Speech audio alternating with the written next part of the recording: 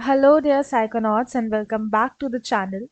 So, I am here with the part 2 of the chapter Methods of Inquiry in Psychology. So, in the previous topic, we discussed about the goals of psychological inquiry, and in this video, I will discuss about steps in conducting a scientific research. So, we discussed that there are certain goals and aims we carry forward, and while maintaining those aims and goals, we conduct our research. So, in this video, I'll explain what are the steps while conducting scientific research. So it is a scientific thing. Psychology is a branch of somewhere a domain of science, and it is the study of human behavior. So we follow certain steps in conducting a research to make it a easier task. So let's get started. The scientific method attempts to study a particular event or phenomena in an objective, a systematic, and a testable manner. अब इन चीज़ों को objectivity systematic objective यानी कि आप दो जने अगर same task perform कर रहे हैं तो रिजल्ट सेम आना चाहिए. I will discuss about the objective thing later on in detail. Systematic is कि एक सिस्टमैटिक मैनर में होना चाहिए. इट्स ऑलरेडी नोन, क्लियर है सबको. एंड टेस्टेबल मैनर कि आप जो भी कर रहे हैं वो टेस्ट करके उसका रिजल्ट जो है आप शो कर सकते हैं. ठीक है, because it is a scientific thing, it should be testable. So let's get to the next slide. What is the objectivity? So ये definition है, 1 मार्कर या 2 मार्कर में भी आ सकती है. तो please learn it as it is. ये NCERT से ली गई है. In fact, entire notes are from NCERT. If you want to take screenshot, you can take screenshots. If you want to jot it down in your notebook, you can do that too. So objectivity refers to the fact that if two or more persons independently study a particular event, both of them to a great extent should arrive at the same conclusion. So say for example, आप और आपके friend हैं, वो जैसे कि इस picture में ये लेडी कर रही है, आप दोनों ने एक क्लॉथ को सेम क्लॉथ को मेजर किया. सपोज आपकी लेंथ आई 5 मीटर. अब वो क्लॉथ की लेंथ जब आपका फ्रेंड एक स्टैंडर्डाइज्ड एक सेम रूलर से मेजर करेगा, वो भी 5 मीटर ही आनी चाहिए. तो जब भी आप कोई साइकोलॉजिकल टेस्ट परफॉर्म करते हैं, तो अगर आप वो चीज़ उन पर कंडक्ट कर रहे हैं, सपोज आपने स्कूल स्टूडेंट्स पे एक टेस्ट कंडक्ट किया और XYZ रिजल्ट आया. अब अगर आगे जाके फ्यूचर में भी या फिर उसी समय भी कोई और वही टेस्ट परफॉर्म करेगा तो सेम रिजल्ट आना चाहिए. That is called objectivity of the test. तो हमने पढ़ा था scientific method attempts to study a event और फिनोमेना इन 3 फॉर्म्स. तो हमने ऑब्जेक्टिविटी पढ़ ली कि दो जने अगर एक चीज परफॉर्म कर रहे हैं तो रिजल्ट शुड बी सेम. अगर आपकी टेस्ट कॉपी है और मान लो एक टीचर चेक कर रहा है, तो आपके जो मार्क्स उस टीचर ने दिए हैं, अगर कोई और टीचर सेम सब्जेक्ट का वो चेक कर रहा है तो सेम मार्क्स आने चाहिए. That is the objectivity of the method of checking they are doing. Understood? So next is systematic procedure. We go along a systematic procedure. ठीक है, एक event a chain of events होता है. हमने एक jot down की हुई है चीज़ें, जैसे कि आप सुबह उठते हैं और कई लोग टू डू लिस्ट बनाते हैं कि आज मुझे ये करना है, ये करना है, ये करना है, ये करना है. तो सबसे पहले ये करना है, ब्रश करना है. वैसे आप सिस्टमैटिकली अपना डे करते हैं. अगर टू डू लिस्ट नहीं भी बनाते हैं, जो कि बहुत से लोग नहीं बनाते हैं, नो मैटर, तो हम एक सिस्टमैटिक तरीके से करते हैं. ऐसे नहीं है कि हम पहले ब्रेकफास्ट कर लेते हैं फिर ब्रश करते हैं. तो coming down to the point कि हम एक सिस्टम फॉलो करते हैं, वैसे ही साइकोलॉजिकल टेस्ट में भी होता है. तो conceptualising a problem is researchers select a theme और a topic for study. First of all आप ये सोचोगे कि मुझे इस डायरेक्शन में काम करना है, मुझे इस लाइन में काम करना है, तो आप एक टॉपिक उठाओगे. फर्स्ट से स्किज़ोफ्रेनिया हो गया, या फिर एंजाइटी, या फिर डिप्रेशन, एनीथिंग एनीथिंग. तो आप एक थीम करोगे. ठीक है, फॉर अ वेग आइडिया आपने एंजाइटी उठा लिया. ठीक है, अब उसके बाद you narrow down to the focus and develop specific research questions और प्रॉब्लम्स फॉर द स्टडी, या फिर आपने डिप्रेशन उठा लिया, एंजाइटी उठा लिया, तो it is a very vague, very vast topic.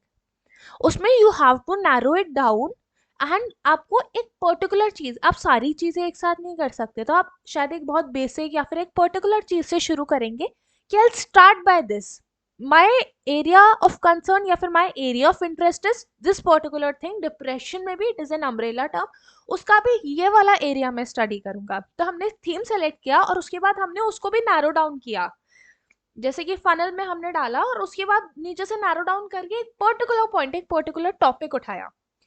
Then जो हमने कहा कि रिसर्चर सेलेक्ट करते हैं, उसके बाद नैरो डाउन करते हैं।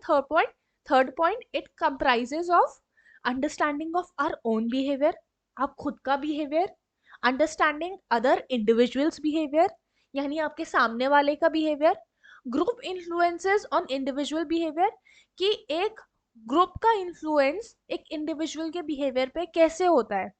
जैसे कि एक ग्रुप इंटरव्यू जब हम लेते हैं तो एक पैनल बैठता है ना, तो वो पूरा पैनल ऑफ इंटरव्यूअर्स का इन्फ्लुएंस उस एक इंडिविजुअल के बिहेवियर पे क्या होता है, this is also the thing.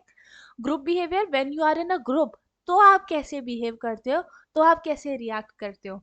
आप खुद अकेले होते हो, जैसे first point understanding of our own behaviour, जब आप अकेले होते हो तो कैसे बिहेव करते हो, दूसरों के साथ कैसे आप दोनों का बिहेवियर रहता है, ग्रुप इन्फ्लुएंस इंडिविजुअल के बिहेवियर पे कैसा होता है, ग्रुप बिहेवियर क्या होता है, एज अ ग्रुप कैसा बिहेवियर होता है, when you are in a group कैसा बिहेवियर होता है, ऑर्गेनाइजेशनल लेवल। तो these are the 5 things which it comprise, कि एक ऑर्गेनाइजेशन के लेवल पे आप कैसे बिहेव करते हैं या फिर पर्टिकुलर उस फ्लो में कैसे काम चलता है। देन जब हमने देखा, the first was researcher selects a theme, then narrows it down, then what is it comprises of. The fourth thing is, after identification of the problem, the researcher proceeds by developing a tentative answer of the problem which is called hypothesis.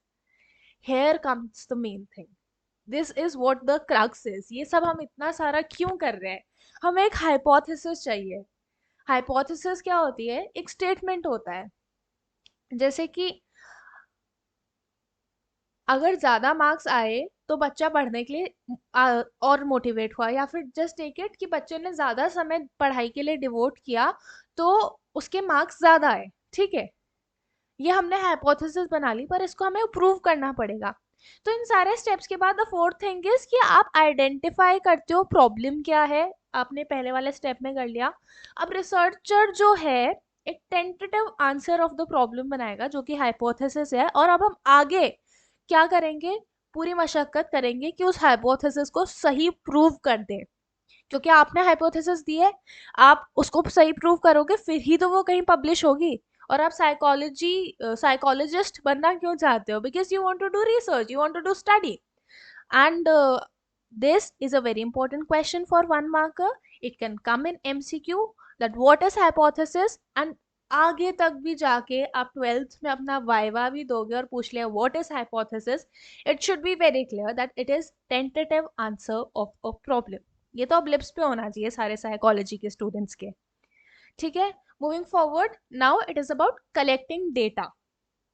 अब आपने hypothesis form कर ली कि हाँ मुझे फलाना फलाना चीज study करनी है, अब हम डेटा कलेक्ट करने जाएंगे।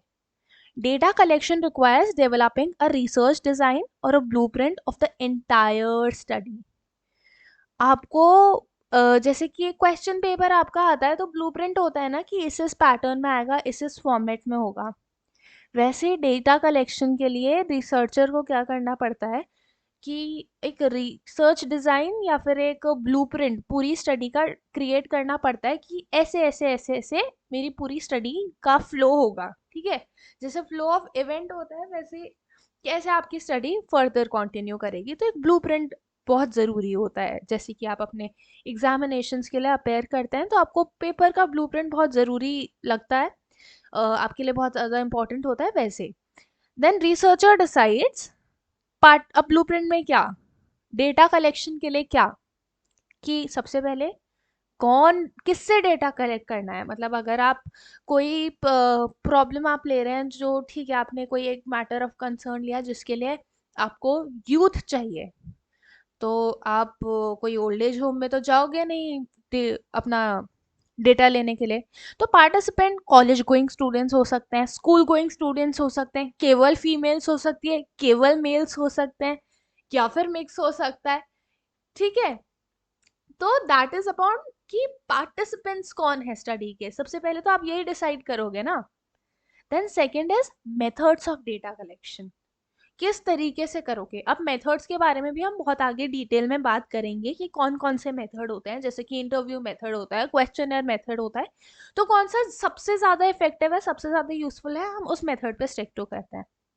Then third is tools to be used in research. ठीक है, आप इंटरनेट के थ्रू करना चाह रहे हैं, कैसे करना चाह रहे हैं, विच टूल्स यू आर यूजिंग, आप मतलब फॉरवर्ड करके बोल रहे हैं कि सब अपने स्टेटस पे ये लगा लो और उसको गूगल फॉर्म को फिल कर लो, कौन से टूल्स यूज कर रहे हो। ठीक है, and then procedure of data collection, कि आप कैसे उसको अपना आगे कैरी फॉरवर्ड करोगे और क्या क्या पूरा प्रोसीजर रहेगा। रिसर्चर ये चार चीजों को डिसाइड करता है सबसे पहले। Then drawing conclusions, the next step is to analyse the data. अब नाउ डेटा को एनालाइज करना, डेटा तो हमने मान लो बहुत सारे लोगों से कलेक्ट कर लिया, बट नेक्स्ट स्टेप कम्स कि हम इस डेटा को एनालाइज करें through the use of statistical procedures to understand what the data mean. अब आपने है ना, अभी भी जिनके पास मैथमेटिक्स है वेल एंड गुड, जिनके पास नहीं भी है तो टेंथ तक आपने मीन मीडियन मोड पढ़ा है टेंथ में। तो उसमें आप बार ग्राफ, हिस्टोग्राम, है ना, अलग अलग तरीके के लाइन ग्राफ्स, उनके थ्रू डेटा को स्टैटिस्टिकल मेथड से रिप्रेजेंट करते थे। अभी भी अगर आपने गूगल फॉर्म्स कभी यूज किया होगा, आपने खुद का गूगल फॉर्म की किसी और को दिया होगा भरने के लिए, तो उसके कंक्लूजन स्टैटिस्टिकल मेथड में आते हैं, ग्राफ के फॉर्म में, है ना, या फिर टेली मार्क्स भी स्टैटिस्टिकल प्रोसीजर हो जाता है एक आपका। तो आप एनालाइज करते हो, उसको थोड़ा सा सॉर्ट करते हो, बहुत सारा डेटा तो आपने इकट्ठा कर लिया, वो तो आपको मिल गया, पर उसको सॉर्ट भी तो करना पड़ेगा। एक आप एनालाइज कैसे करोगे, जब सिस्टमैटिक तरीके से सामने रखोगे, बिखरी हुई अलमारी है आपकी, अब उसमें से आपको कपड़े समेट के तो रखने पड़ेंगे ना, ताकि आप ये डिसाइड कर पाओ कि आपके पास पजामा ज्यादा है या टी शर्ट्स कम है, क्या लेने जाना है क्या नहीं है।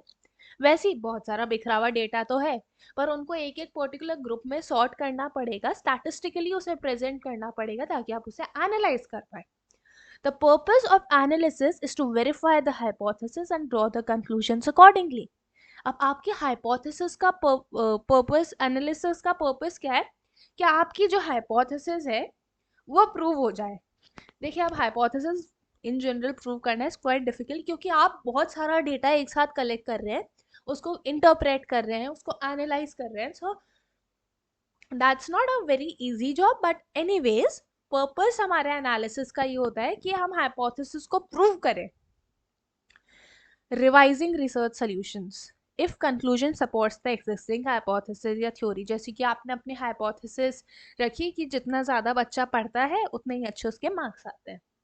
ठीक है, आपके डेटा के हिसाब से आपने कंक्लूजन्स को एनालाइज किया, स्टैटिस्टिकल मेथड सब किया, और उसके बाद अगर आपके हाइपोथेसिस इन फेवर प्रूव हो रही है कि हाँ, लोगों के हिसाब से अपन ने जो डेटा कलेक्ट किया उसके हिसाब से भी यही कह रहा है कि बच्चे जितना ज़्यादा समय डिवोट करते हैं उतने ही उनके अच्छे मार्क्स आते हैं।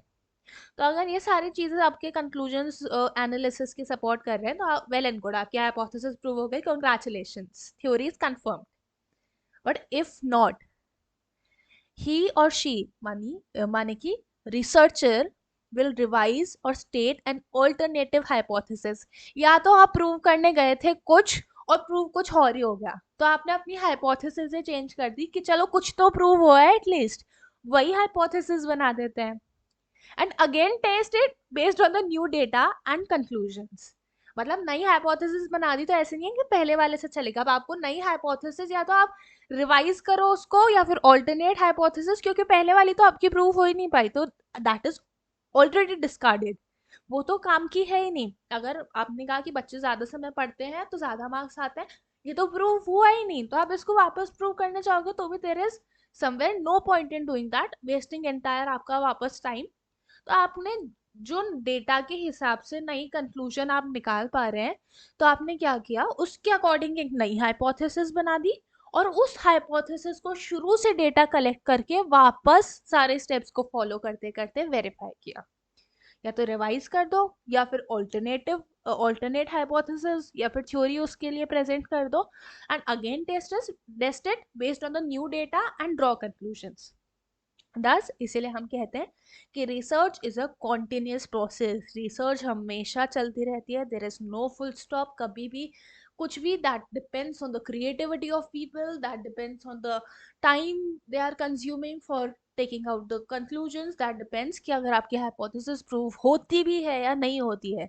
तो after all these entire things, research is a continuous process. Research पे कभी कोई फुल स्टॉप नहीं लगा है।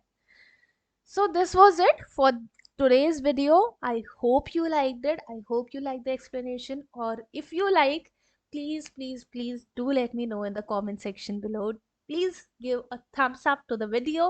Share it with your friends pursuing psychology. Well and good. Not pursuing psychology. Still they have an interest. बिल्कुल बताइए। And अगर आपको मेरे पढ़ाने का तरीका पसंद आया हो, या फिर कुछ भी अच्छा लगा हो, कुछ अच्छा नहीं भी लगा हो, कुछ इम्प्रूवमेंट का स्कोप है जहाँ पर भी, प्लीज़ प्लीज़ प्लीज़ मुझे कमेंट सेक्शन में बताइएगा। अपने फ्रेंड्स के साथ शेयर कीजिए, and please subscribe to my channel. On that note, I take a leave. Thank you so much for your patience listening this entire lecture. Thank you so much.